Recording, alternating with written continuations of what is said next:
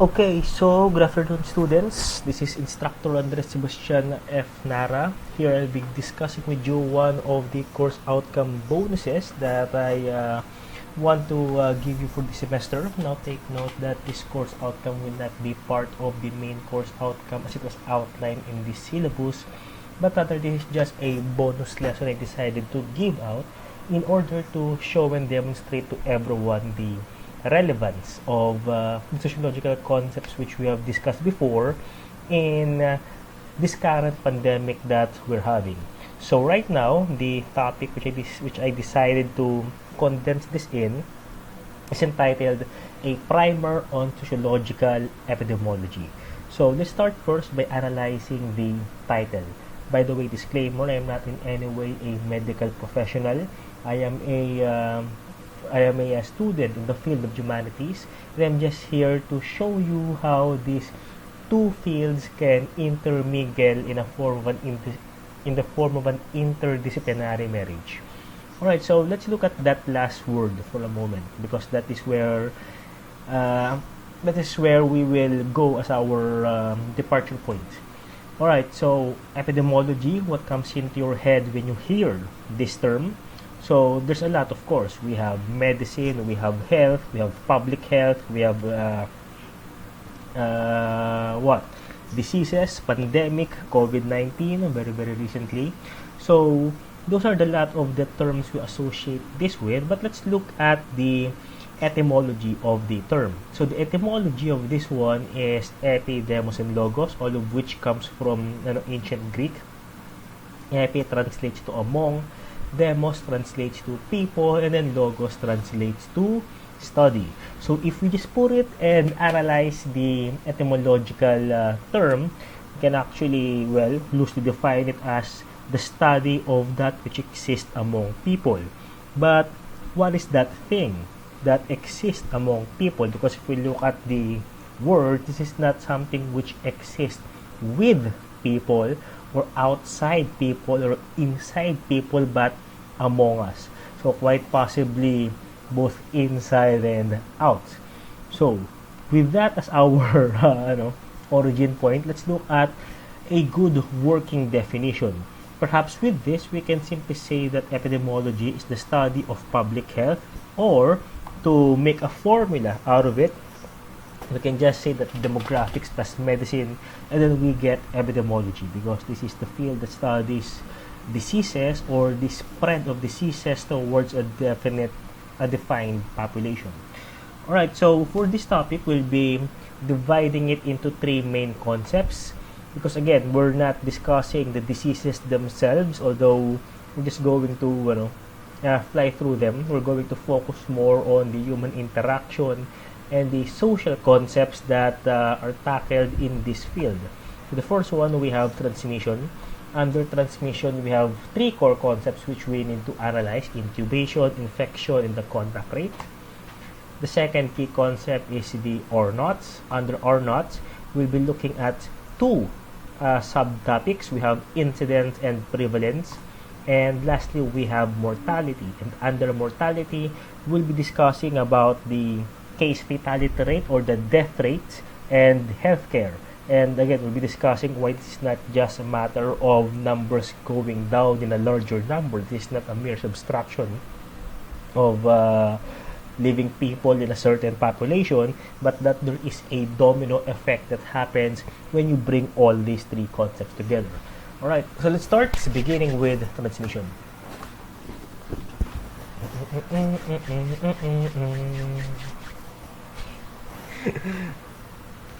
Alright, so let's start first by defining some of our key concepts. Let's first define two words that will be coming up a lot in this discussion. First, we have disease, and the second one, we have pathogens. So disease are defined as any form of a physiological dysfunction not caused by external injury.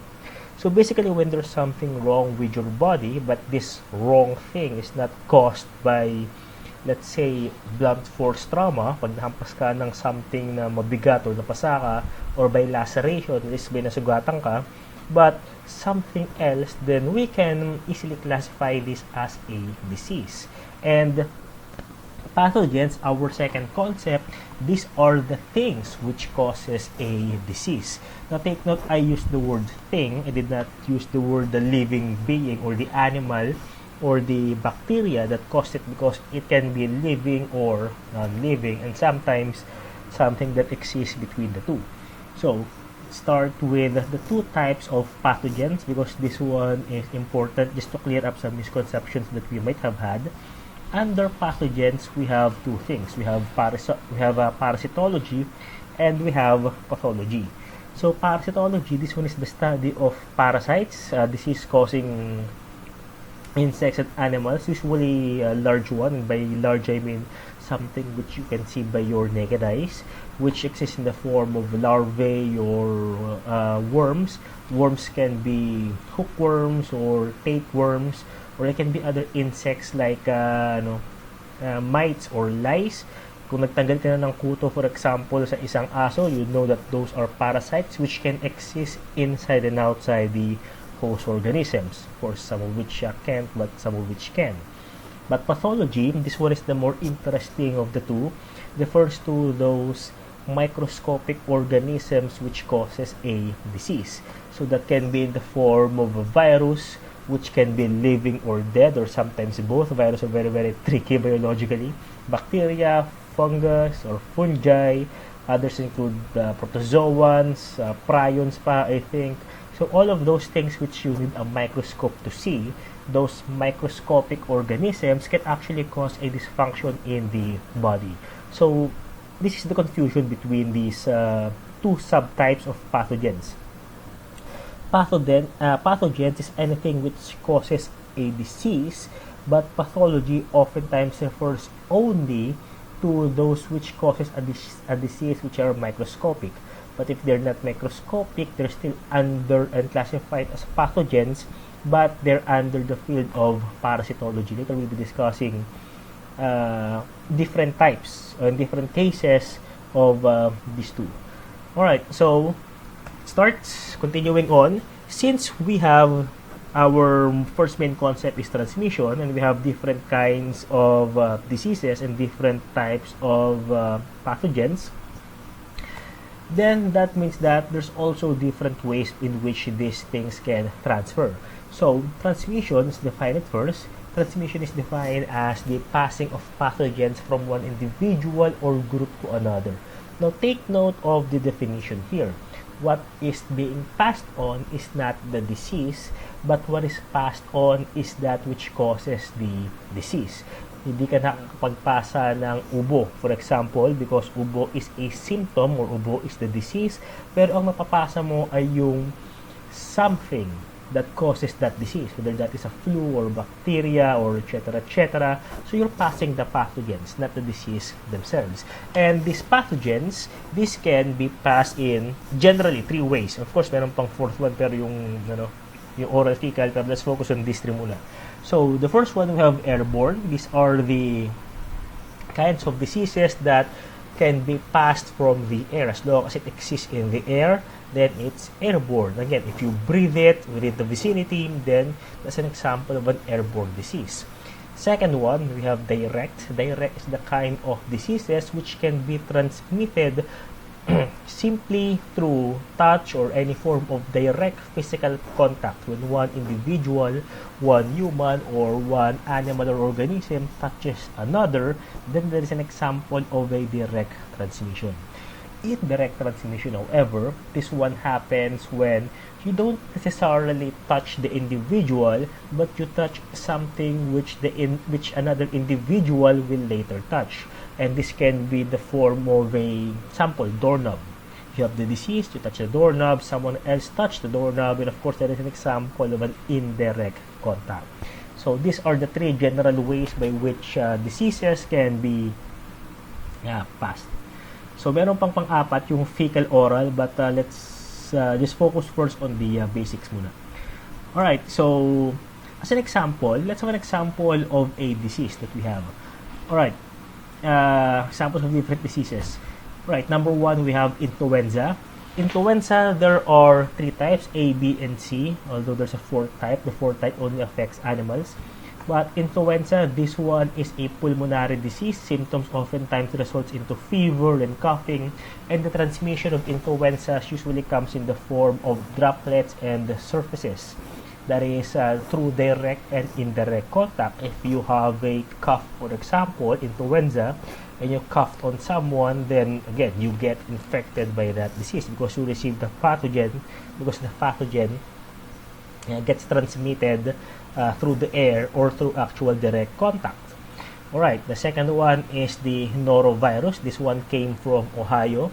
Norovirus is a gastrointestinal disease which affects the digestive tract, and this causes diarrhea, vomiting, or etc.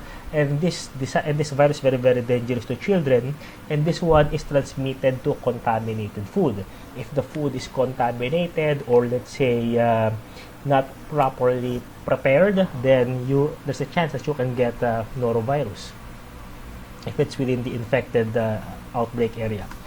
Alright, and the third one, we have HIV, human immunodeficiency virus. And HIV, as we all know, can lead to something like AIDS, a very, very lethal disease. And this one can be transmitted through sexual intercourse or sexual contact, or through sharing needles, or through sharing blood. The fourth one, we have a Zika virus. This one came from Uganda, and this one is very, very, okay, this one is very dangerous disease as well. And the Zika virus is transmitted through insect bites, mostly mosquitoes. So, again, we have 4 different kinds of diseases and 4 different ways by which this disease can actually infect someone. For example, you don't get HIV if someone coughed on you. For example, there's a very clear way as to how some disease can be passed compared to others. But speaking of passing diseases, we all know that it's not as simple as long as you have it, then you can pass it. There's a certain period of time where where viruses or where diseases or pathogens have to take effect. And 2 of those are called the incubation period and the infectious period.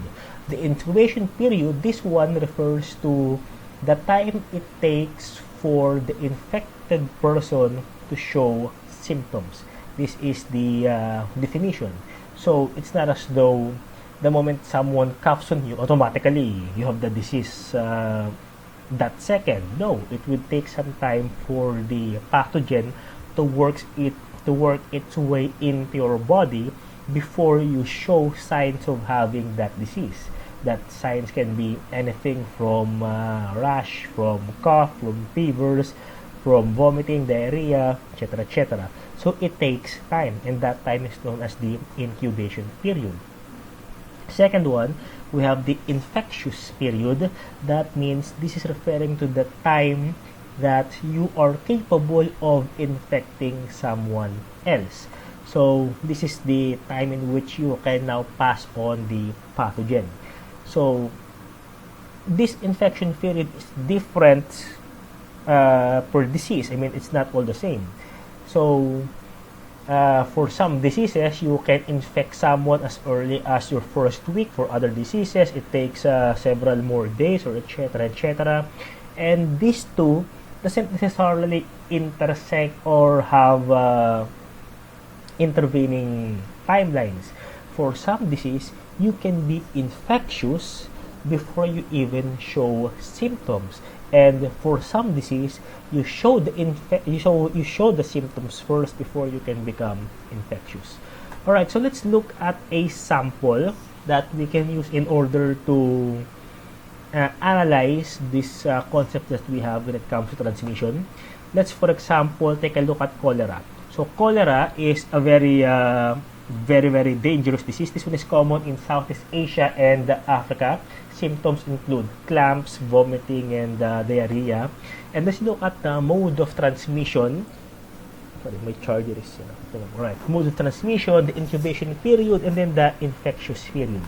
So this one is oftentimes passed on through contaminated or unhygienic or unclean water or fecal oral, usually when waste material ejected waste material from organisms, sometimes human in this case, is placed into a drinking supply, and of course people, without having been able to sanitize or to filter it, intake that water with that fecal matter, then of course you can get cholera.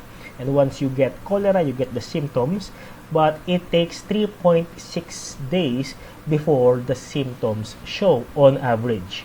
And the infectious period after that is 10.5 days. So this one is one of the more controllable disease, because if you can look at the incubation period versus the infectious period, after 3.6 days on average, and by the way, all this data are completely averaged out for ease for the students, after 3.6 days, you will show the infection, you will show the symptoms, but you will only be able to infect people after 10.5 days. So basically what this shows is that you have 7 days to be cured or to isolate yourself before you can start infecting someone.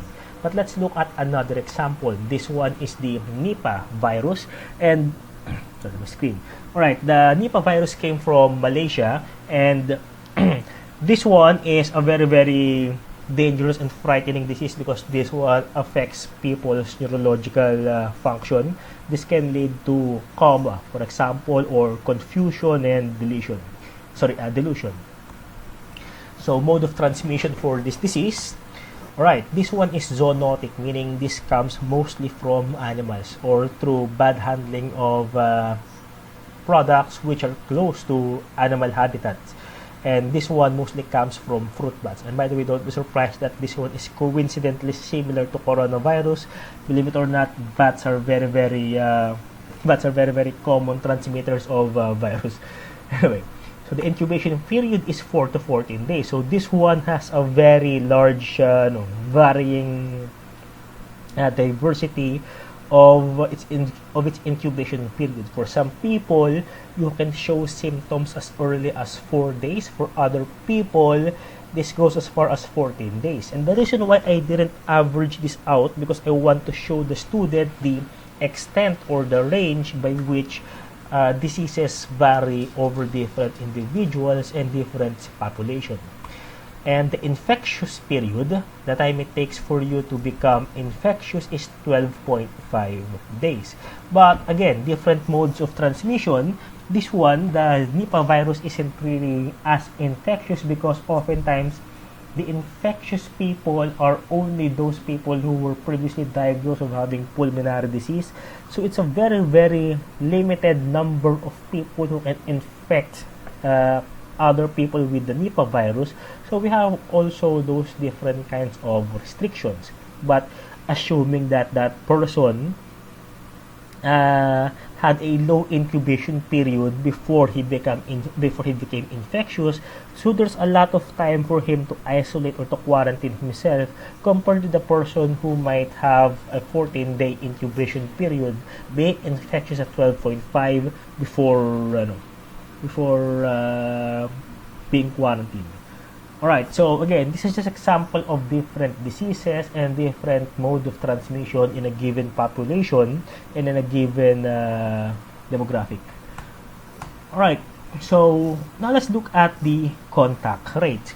So the contact rate refers to the times it takes for the individual to expose to expose others in terms of the risk factors involved.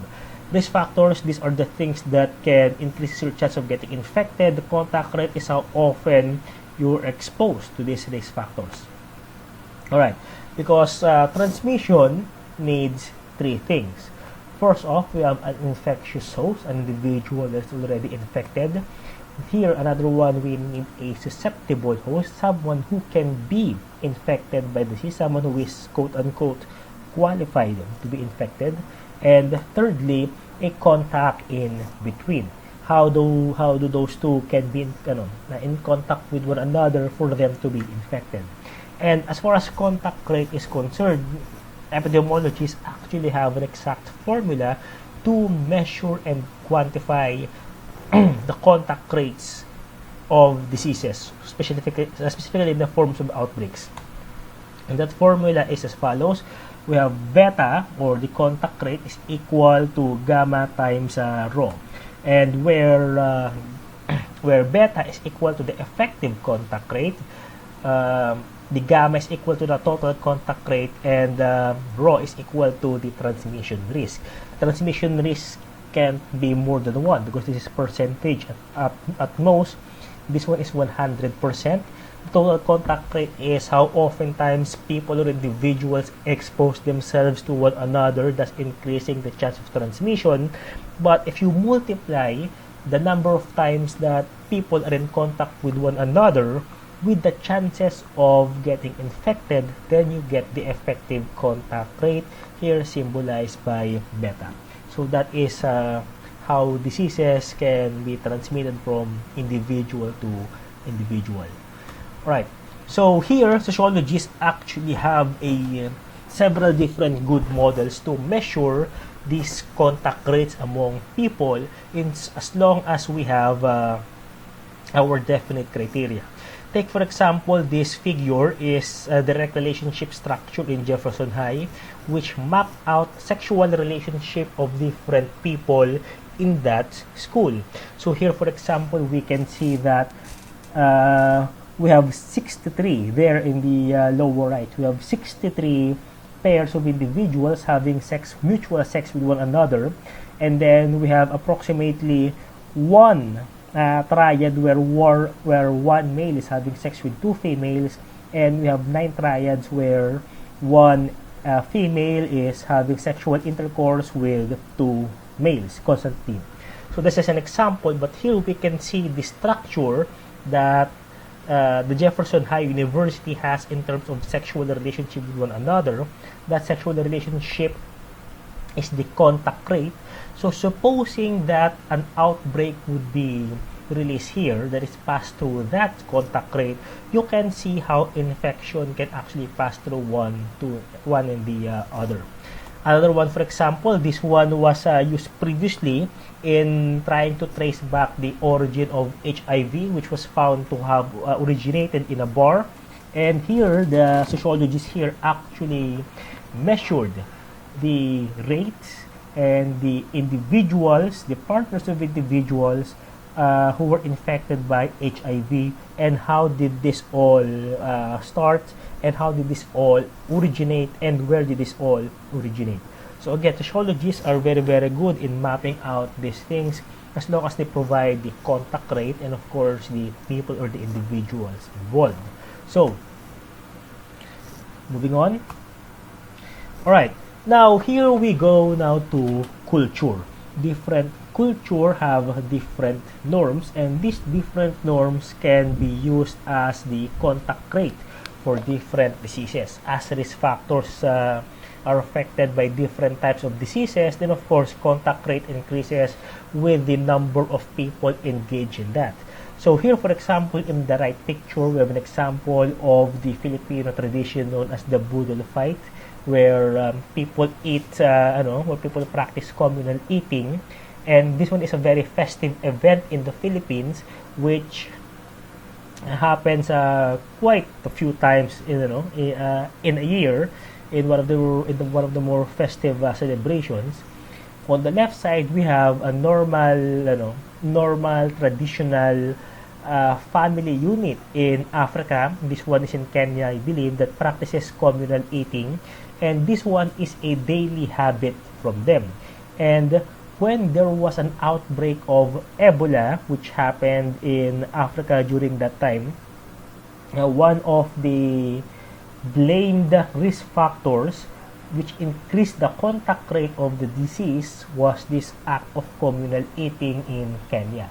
So this practice or this cultural norm actually helped increase the transmission of that disease. And I'm not judging this culture for doing what they should do, or for doing what they have done throughout their time, but understand that sociology also takes a look at different cultural practices in terms of behavior to trace back the transmission of different disease. So basically, Ebola is a very dangerous disease. It affects your blood. Usually, it's transmitted through bodily fluid. And if you can pass on your saliva from one person to another, that increases the transmission of the disease. Of course, if you're just looking at it through a matter of intimate partner kissing one another, you can trace Ebola through the contact rate of people who are kissing one another through the lips. But if you have a culture that practices eating by hand on a daily basis, practicing communal eating on a daily basis, then you will also have to use or to find the contact rate of the individuals practicing this norm. So again, that's one way of analyzing different cultural norms and how it affects the transmission of certain diseases. Alright, another one. Here we have a gesture of a greeting. Some countries in Europe, Eastern and Western Europe, actually practices kissing on the cheek as a form of greeting. Completely acceptable and normal, but again, the closer you are in terms of contact with one another, the higher your chances of passing on diseases that can be transmitted through direct contact. This can be something through pulmonary diseases where passing something that comes out of the mouth can get something in the mouth. Then that's one of the ways that these diseases can be transmitted, or through handshake. Again, handshake is something that is a common practice across all over the world, and the act of touching hands, of course, is a sign of trust.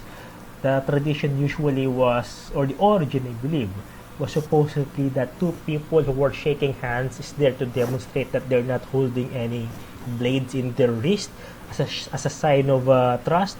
But at the same time, doing that increases the chance of transmitting diseases that can be passed on through the hand. So cultures with these things can actually increase the contact rate.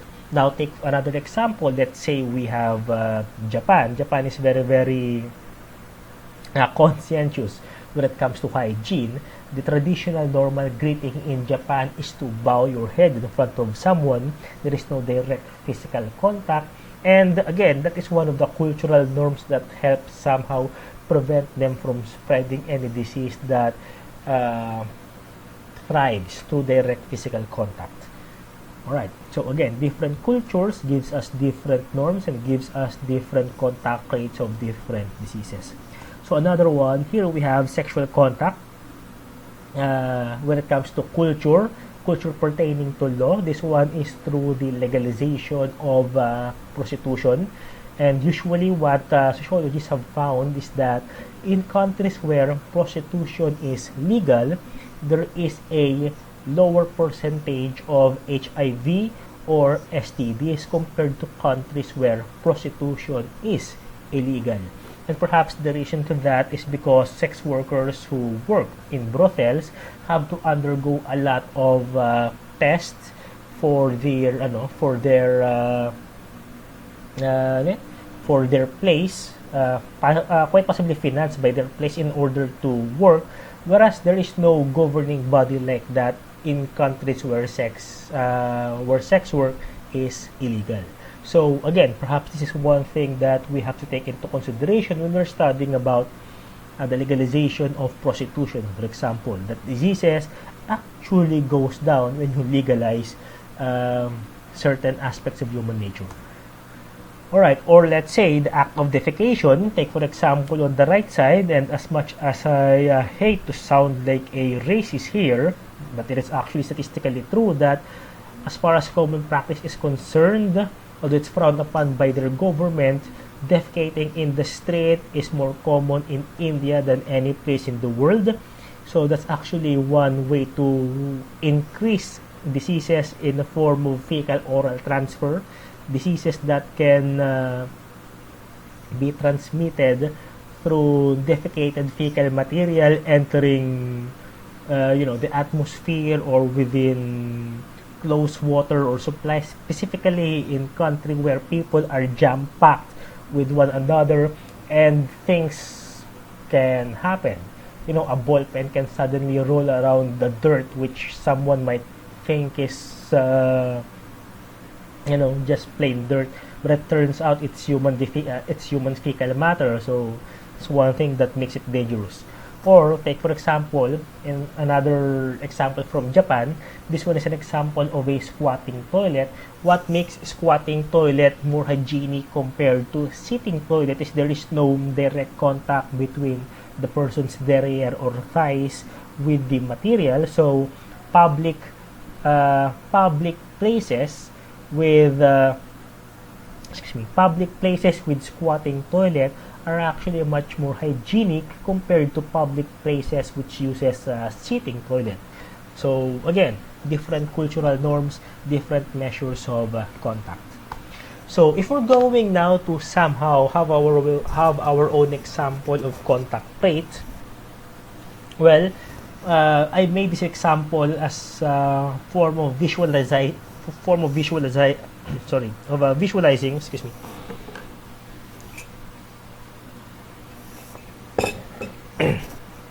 My throat has been aching. Right. So I made this example as a form of visualizing how certain disease might spread over time.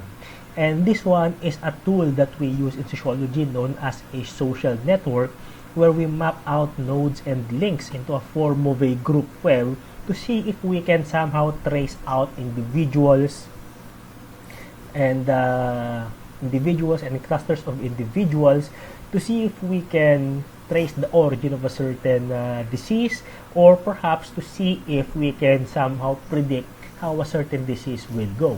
So here we can see there are 20 nodes, and each node can represent an individual, or they can represent, let's say, a country. They can represent, for example, an institution, a warehouse, a school, a bar, a church, or anything. So we don't necessarily use people, although that's a good example as it is, but in sociology we prefer to use the word nodes in order to remain neutral with our technology. And we have 20 links or edges, some people may refer to it, which connects these nodes with one another. And for this example, we can actually just use the links to refer to anything that measures or to show the contact rate between these nodes. So for example, as far as we're concerned, these nodes are individual human beings, and each of the link might represent their sexual contact with one another, like what we've seen in the previous example. Or these nodes can represent countries, and let's say that these links represent airway travel between to and fro these countries over time. Or let's say this can be giant warehouses. Each nodes can be giant warehouses, and the links refers to business interaction, which increases contact rate of a certain disease. Alright, so as we can see, we have 20 nodes and then we have 20 links. So just by looking at those two, we can get an idea of the density of this group, of this system. The density refers to how close these nodes are overall. So usually we can get that by dividing the number of links to the number of nodes. If the links are below the nodes, then the number is going to be below 1. But if it's going to be more than that, it's going to be more than 1. Now, this is not the exact formula of network density. The actual formula is, I believe, the total number of nodes multiplied by the total number of nodes minus 1, and then divide all of those into 2. That is the possible total number of connections, and then you divide the number of connection under the total. So you can get the network density through a percentage. But to make it easier for the class, I decided to just divide the links over nodes so we can have a much more real number to see the density of the population. Alright, so let's look at our example to see how this is spread with these parameters that we have in hand. So take for example here, let's say in the first month we have 1 infected. Let's say it takes a month for the individual to infect as many people that they have that they're in contact with.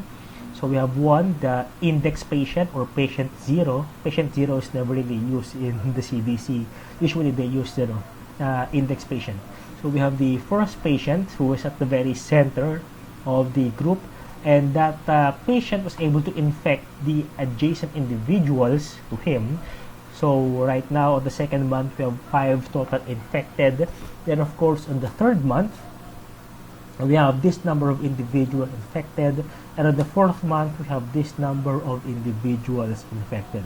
So we can see that in the span of 4 months how many people can be infected depending on who they are adjacent with and how far they are from the index patient.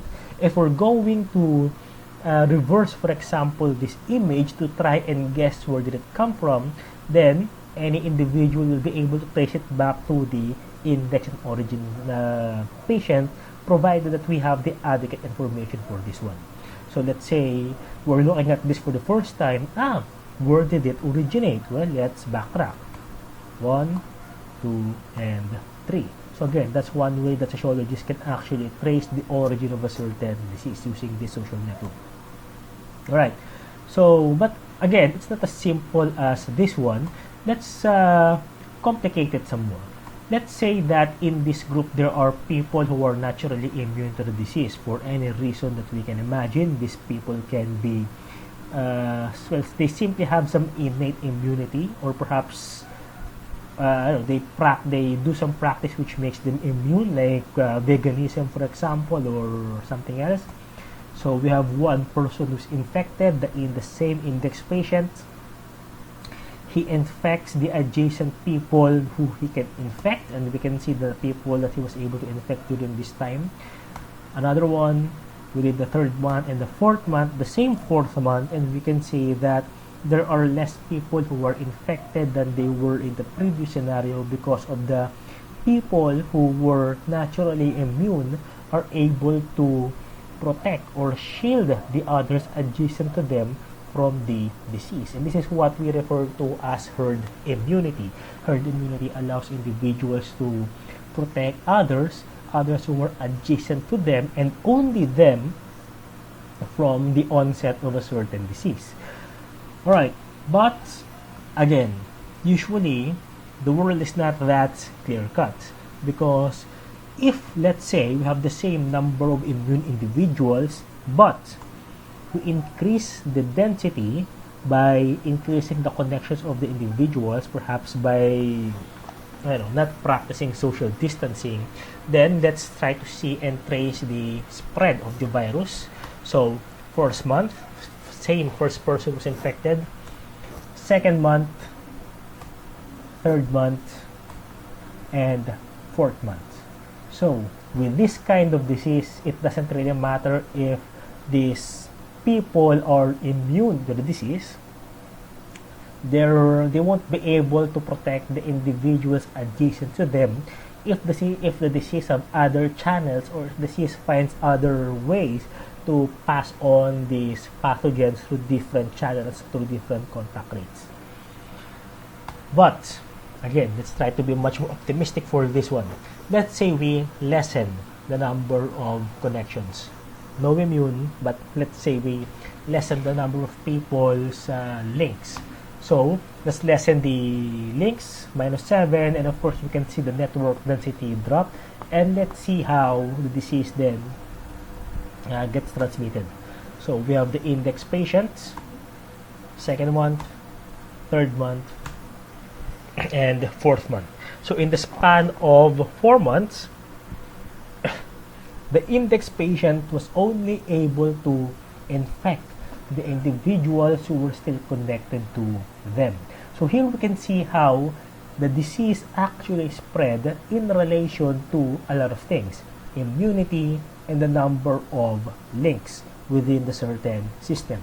So to visualize it with all of these 4 together, we have this. So on the upper left, we can have our usual example to use as our model.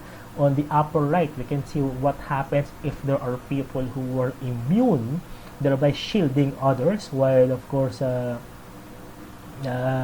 protecting themselves. On the lower left, we can see the same number of infected people, but the high concentration of links of people prevents them from really protecting anyone. And on the lower right, we can see that there are no people who were immune, but people practice social distancing, thereby lessening the number of connections and increasing the protection of people overall. Total, we can see which one of this one is the most preferred one simply by looking at the visual data of this example. Now take note that this is just a very simplified example that I use in order to stress the point that a lot of things matter. Immunity for one thing, but mostly how diseases passes through one another in the form of different contact rates of individuals. Contact rate affects how the disease affects a group. Alright, so let's move on to our next topic. Right. Our next topic, we have the R naughts. So, the R naughts, this one is a very interesting feature when we're studying about epidemiology. Contact rate is about the individuals. They're about the people and how people interact with one another in terms of their cultures, norms, practices, etc. But the R naught, this one refers to the disease. In my previous example, we assumed that the disease will be able to infect everyone that they are adjacent with. So that's a 100% infection rate, for example. But diseases are not always like that. Because the R naught here, this one is referring to the disease's ability to spread through a population for the first time. Because a disease will not always be able to infect everyone that it's adjacent to. Oftentimes only going to infect a few number of people at a time because of the constraints and realism regarding people's contact with one another. Alright, so the formula for the R naughts, that's a sub zero. That's a sub zero in the image in the slide. So the formula for the R naught is that we multiply the effective contact rate, the beta there, the B, with the duration, that's the D there, and then the C, which is the number of people that are cured or the number of people that are deceased during the duration span. And the number that we're going to get there refers to the number of people that are going to be infected approximately, supposedly that if you give that disease to a population that's going to get it for the first time without any natural immunity among them. And oftentimes, this is predictive of what's going to happen in an outbreak. So basically, if the RO is greater than 1, then we can safely assume that the number of people that are infected is going to increase. If the RO is equal to 1, then the spread has stabilized. No new people are getting infected. And if the RO is less than 1, then we can say that the spread of the disease is then declining. So take for example this one. So this one, we're not looking at the contact rate for now. We're looking at the spread of the disease in a given area. So each dot there, each circle there represents a node. Let's say it represents an individual. It represents one person. So the first one on the left side, we have MERS, Middle Eastern Respiratory Syndrome, with an RO of 1. AIDS actually has an RO of 3, and polio has an RO of 5. This means that if the people here gets the disease for the first time, how many people will that person infect? MERS gets 1, AIDS gets 3, and polio gets 5. So let's say with our first notation, this is the first time where the virus becomes infectious. So let's say that for MERS, since only one person is infected, that one person will only infect one other person. So that means on the second day, 2 people will be infected in total. Because the first person infects another one, 1 plus 1 is 2, 2 total infected on the second day. But let's look at AIDS. that one person is infected by the virus may well very much spread it to 3 other people. So that's why it has an R naught value of 3. So on the second day, that AIDS patient, that AIDS victim is going to spread that to 3 other people. Then we have polio is going to spread it to 5 other people. That one person have a chance of spreading that to 5 people. So this is still only in the second notation of this disease. Third notation, of course, we have MERS, that one person who was newly infected infects it on one other person. For AIDS, the 3 previously infected person then spreads it to 3 person each. So those 3 infects 3 other person each. So 3 times 3, that is 9. So we get 13 because 9 new infected people joins the previous 4 infected people. And for polio, the 5 previous infected people then infects 5 each, and then that means in the third notation we have 31 in total. 5 times 5 we get 25. The 25 newly infected people joining the 6 infected before, we have a total of 31. Fourth and last notation for this example, the one person infected in MERS, the newly infected person in MERS, infects one person.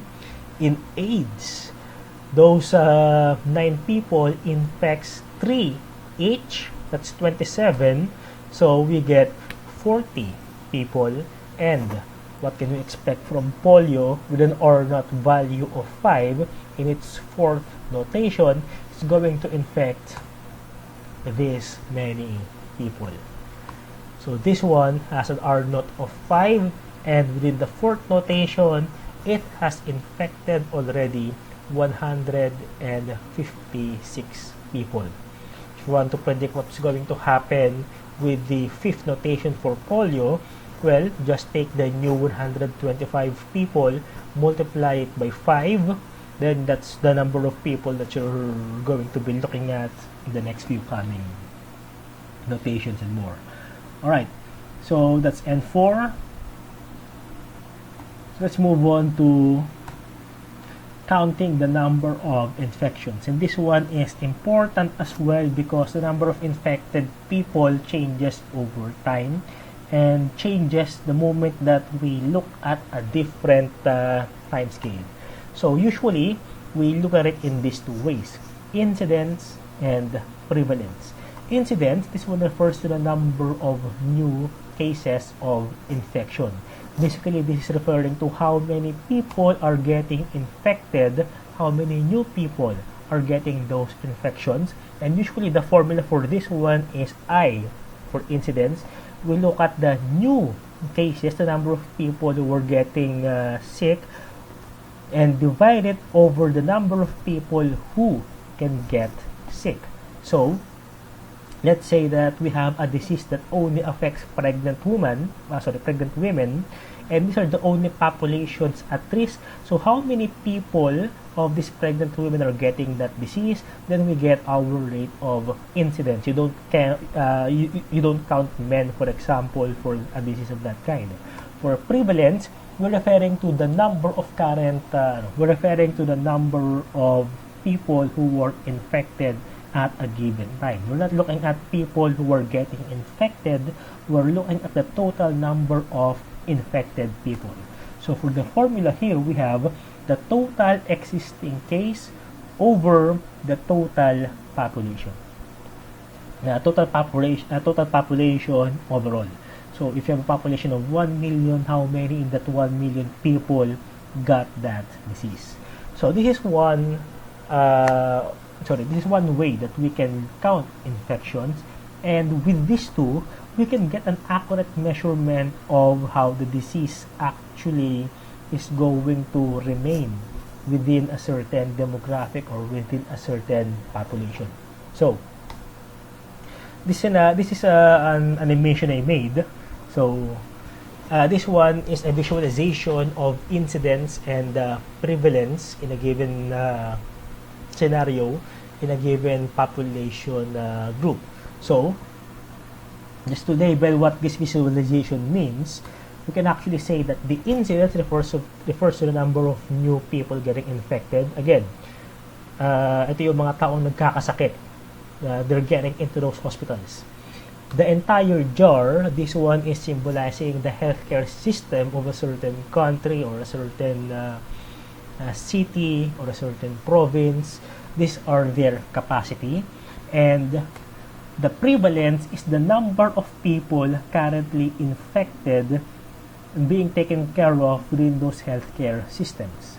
So, incidence, number of people coming in, prevalence, current of people currently in. And of course, we can look at the people who were coming out in the form of the people who recovered, visualized here as people who were safely getting into this new green bucket. But unfortunately, for those who don't make it, we count them among the rate of deaths. So, this is one way in which we can look at incidence and prevalence with one another. So, moving on. Alright. You with me?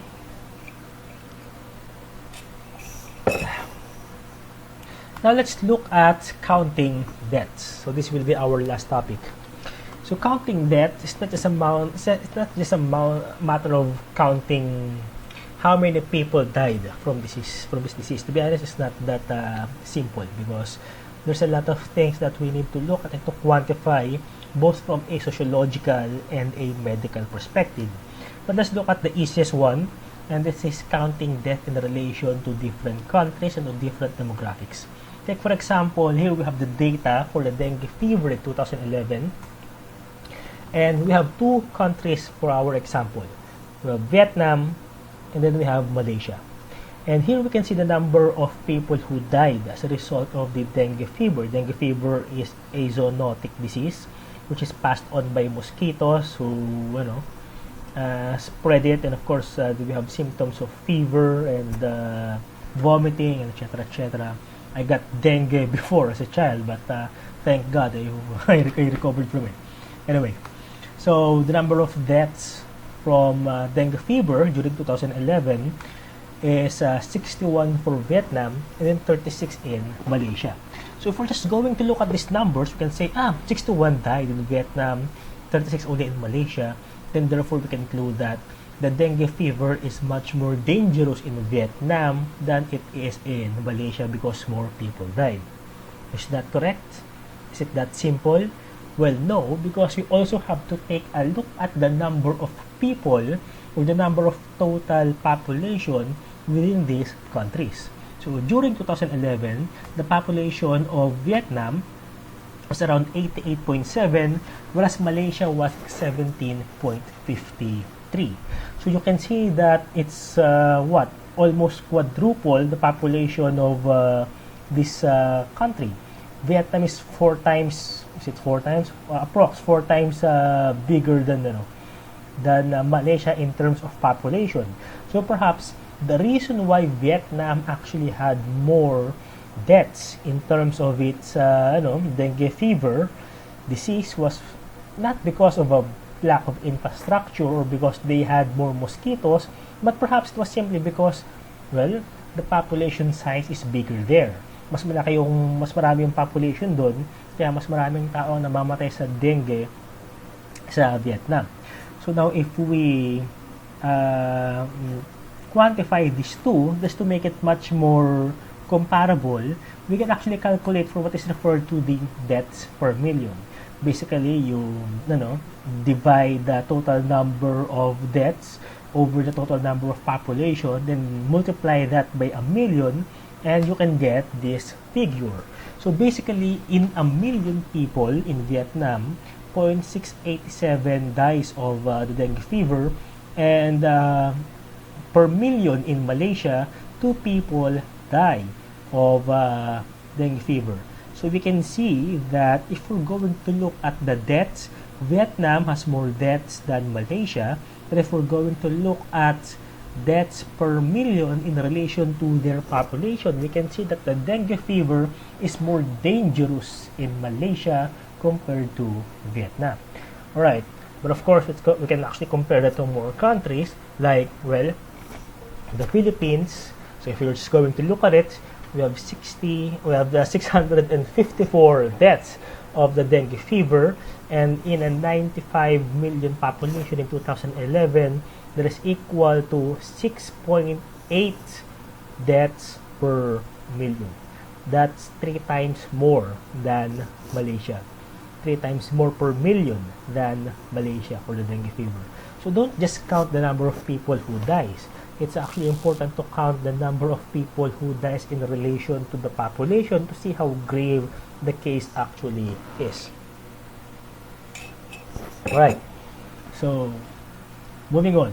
However, this is from a sociological perspective. From a medical perspective, it's also not that easy. So, from a medical perspective, we also encounter a problem when it comes to counting death. This one is a peer-reviewed paper regarding analyzing mortality deaths during the H1N1 pandemic in 2009. And here we can see some problems or caveat when it comes to counting deaths. So for the swine flu, again, this one is the SARS H1N1 flu. The case fatality rate. This one is excuse me, my throat has been aching talaga. Okay. For H1N1, the case fatality rate, this one is referring to the number of people who were actually confirmed to have had that case. These are usually the people who actually are in the hospital and were actually perceived to have had that disease, who were actually tested to have had that disease. And in the laboratory case, these are the number of people who excuse me, my screen is okay. Right. So for the case fatality rate, this one is referring to the deaths of the people who were actually tested positive for those disease. The laboratory cases, these are the people who were tested positive for the disease and were actually registered as to having that disease. Whereas the symptomatic cases, these were the people who were not necessarily positively tested, who had the result, but they were showing symptoms of having had those disease. Oftentimes, the reason why these ones have high rates, of death, is because usually these are the people who are in the hospitals in severe conditions, and as being severe as this may, oftentimes are at death's door. Now compare that to the IFR, also known as the infected fatality rate. This is, according to the epidemiologists, the death rate in relation to the number of total people who have that disease. So again, we are looking at the sociological aspects from before. Sociologists, after the pandemic died down, work with epidemiologists to try and track how many people actually had the disease in total, as in overall, including the people who actually did not go to the hospitals. And after they had extrapolated the data, they found out that only 10 in 100,000 people dies from that disease. But the people who had severe conditions, who actually had to go to the hospitals to get tested, these are people who were usually in critical situations or because of that disease, therefore had higher rates of case fatality deaths. And one of the things that we have in this article actually said was that we need to have a consensus, a much-needed consensus on how do we properly define deaths of a disease in the middle of a pandemic. Now take note, this article was written around 2000, I believe this was in 2013, I believe, and this article is actually 7 years old now. 7 years old now, and still we don't have any consensus as to how we properly count the disease of how we properly count the mortality rate of a disease. Thus, still we have that problem. And we also have a political problem when it comes to counting the death rates, because it differs from countries to countries. Take for example here in Europe. In Europe, I believe in Germany and in Britain also, please correct me if I'm wrong here, I believe that in those countries, they only count it if you died of coronavirus if you actually were proven to have died in coronavirus, to have proven died of symptoms caused by coronavirus, by the COV-19 virus. That's how they count someone's death. However, in America, what they've had there is that you will be counted as among the coronavirus deaths as long as you died having coronavirus, regardless whether if it's the coronavirus that killed you.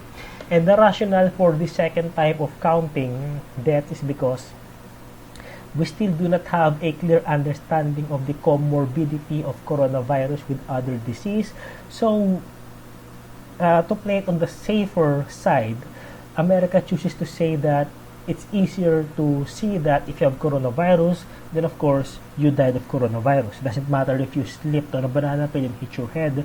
Doesn't matter if you have coronavirus and you died, automatically, coronavirus is what killed you. For the European countries, they had very specific requirements before you can actually say that you have died of that disease.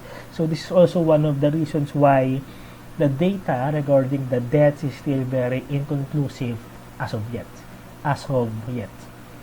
Alright, because usually the data that will follow afterwards is much more precise compared to what's happening right now in the middle of the chaos and sudden different information coming from different countries. But that's normal to be expected. Alright, so moving on. So now deaths over time. So this one is the hard one. So oftentimes, based from my interaction with the students have this mentality that deaths are a result of a linear progression of disease. Oftentimes they think that deaths happen in a pandemic in such a way that the disease actually spreads additively, then therefore the deaths also happen additively. That is how the students actually perceive it. But I always try to correct them that no, because there is a social element happening here. The rate of death is not additive, rather it's multiplicative for more than one reason. That if you're going to look at the graph, it's not going to look like this, it's going to look like this. That there is going to be an exponential growth happening.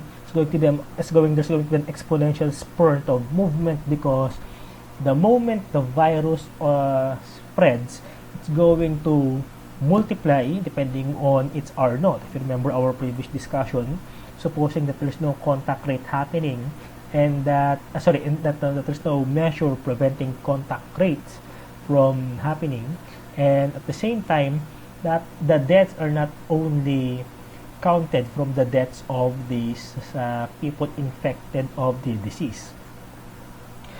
And what's usually happening here is that as the medical institution gets overworked, it's not just the people who have the disease that dies. It's also the people who are infected of other disease, but won't be able to receive proper hospice care or proper emergency or medical care because of the lack of supplies, the lack of people, the lack of personnel, the lack of medicine, the lack of financing to try to save people outside the virus. So we're just going to look at the deaths, going to look at this over a given period of time. This is the potential, right, this is the potential number of outcomes that we have. That we can have two possible outcomes. The blue one refers to the long-term period where the number of deaths are minimized by lengthening the number of infections are minimized by lengthening the duration of the virus, but making it so that people will be able to be taken care of by the hospital. Whereas on the other side, the red one, these are the people or the number of deaths infected over time as a result of overloading the health capacity of the country. So if we're going to draw the line, for example, we'll have something like this. This line represents the healthcare capacity of the country. How many people can a country, can a hospital properly take care of? That's what, that's the capacity of a country. However, beyond that, the death becomes surer and surer. The death becomes much more frightening in terms of the number, in terms of the toll it takes on the population, and of course on the healthcare personnel. So that's why an exponential growth, everything above the dotting line, actually has a higher chance of death compared to those which the hospital was supposedly able to take care of. And as far as our country is concerned, we are looking at a very, very small healthcare capacity. This one is data from the Philippine Statistics Authority, and so far what this has is that the number of hospital beds per province, the number of hospital beds per our large islands per million. So for the NCR, we have a 23 hospital bed per million people. Rest of Luzon, 8.2, Visayas, 7.8, Mindanao, 8.3. Overall, as a country, we have 10.1 hospital beds available per 1 million people. And the sad fact of the matter is, it's not enough. It's not enough. In South Korea, for example, they have 200 per million. Here, we have 10. Now, granted, this is data from 2016. I don't know if the current hospitals that we have now are adequately equipped. But to be honest, if I'm going to redraw this graph, I'm going to draw that healthcare capacity line quite lower compared to what it currently is. So this is the danger of the pandemic. This is a danger of an outbreak. That it's not just going to kill the people who were infected, but it's also going to kill the people indirectly due to overloading the healthcare capacity. And whether do we count that among the total number of deaths by a disease, that's also one of the considerations that we need to study and take care of. Right. So yeah, I forgot to show this. Anyway, this is the 2000. This is the study of the hospital beds of the Philippines, and basically I've read that for you. Just want to say again, we're completely understaffed. Only NCR is complying with the WHO standard, but that's just that's a make to do standard, not a pandemic level standard. Alright, and the moment you overload the hospital, remember that visualization I gave earlier? Yeah, that's what's gonna happen. Those people who are actually going over the top of the container, not being able to get access to the hospital level, they count as the dead. They count as part of the death rates. And even the people who tried to be saved, it's hard to save them the moment they're out there. Alright, so we're dealing with something very serious right now. Alright, so where are we going? So this one will be our last discussion. I'm sure this is the last one you're all interested in if you're still here. So let's look at the SARS-CoV-19 virus. The SARS-CoV-2, which gives us the nCoV virus 19. Mode of transmission. So after having everything we discussed, this one can be transmitted to aerosol, meaning this one can be transmitted to a small level airborne. If I think this is around 3 feet from the individual, you can transmit that 4 mites. This means that COVID-19 can be passed on through any solid surface, which you can actually indirectly infect someone. Incubation period, now this one is the frightening part. The incubation period here is 14 days, and the infection period is 3 days and above. So this means that you can already infect someone as early as 3 days of being infected before you have 14 days of even showing the symptoms of being infected. Meaning, hindi mo pa alam na may sakit ka na, nakakahawa ka na. Ito yung dahilan kung bakit nakatakot yung COVID-19. Matagal mong malamang may sakit ka na, pero before that, napakaaga, nakahawa ka na. And unless we practice social distancing and limit our contact rate, we can see immediately how this actually is going to lead to an exponential growth of a number of infected people. And the current death rate for COVID-19 currently, and I stress the fact that this was extrapolated from the research I currently have. It's April 24 right now, and this is going to change over time. Don't look at it as the final number. This is going to change over time. So this is around 3 point this is around 3 point I forgot to put it. I think I removed it because I hesitated. Case fatality rate, I believe, is 3.5%, and the infected fatality rate is 0.6% based from my previous research. And the R naughts of the COVID-19 virus is 2.5. 2.5, which means that within 16 iterations, there will be 2 million people infected. In the span of 3 months, 2 million people will be infected. Assuming, of course, there was nothing done to prevent the spread of the virus. Alright, so this one is the latest data that we have right now in Southeast Asia, and Philippines here included regarding the total number of people who were infected. The Philippines, here we have 7,192 infected people, and we can see the data.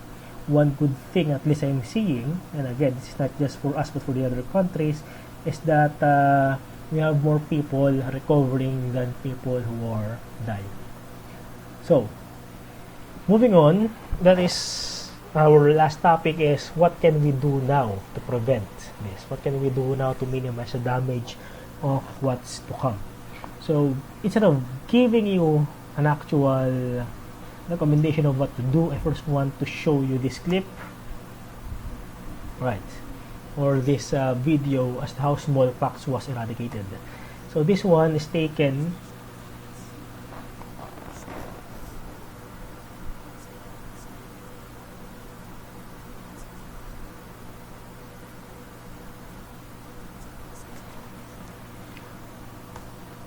Alright, never mind. I think I think you won't be able to hear that through the I think that's copyrighted then, I think. Alright, so yeah, how smallpox was eradicated, how it was made. I'll be uploading the video to our Blackboard so you'll be able to see it. It was a clip from the documentary The Unseen Enemy. So how do we prevent it? Well, first off, try to minimize mass panic buying. It's actually not going to do anything, and it's only going to increase the contact rate of a disease that's actually motivated to pass through as many people as possible. With an R naught of 2.5, it's going to be dangerous as it is. And yeah, I'm not going to recommend social distancing due to the fact, not because I don't believe in it. It works. But I'm not recommending it simply by saying don't do it. I would like to recommend it by saying to go back to studying how social networks are formed, how social networks are affecting people's behavior, and how social networks are affecting the contact rate of diseases. And only by understanding that, you will know by yourself why social distancing must be practiced. Because if you just say, let's just move away from people, again, it's not going to be an enough motivational factor if you're just stealing it from the news. You have to understand why it works and why it is necessary. Alright, so just to end this lecture, I just want to leave you with a quote about epidemiology. And basically, the quote cites that its methods may be scientific, but its objectives are often and thoroughly human. This one comes from the philosopher Alex Broadbent from the University of Johannesburg.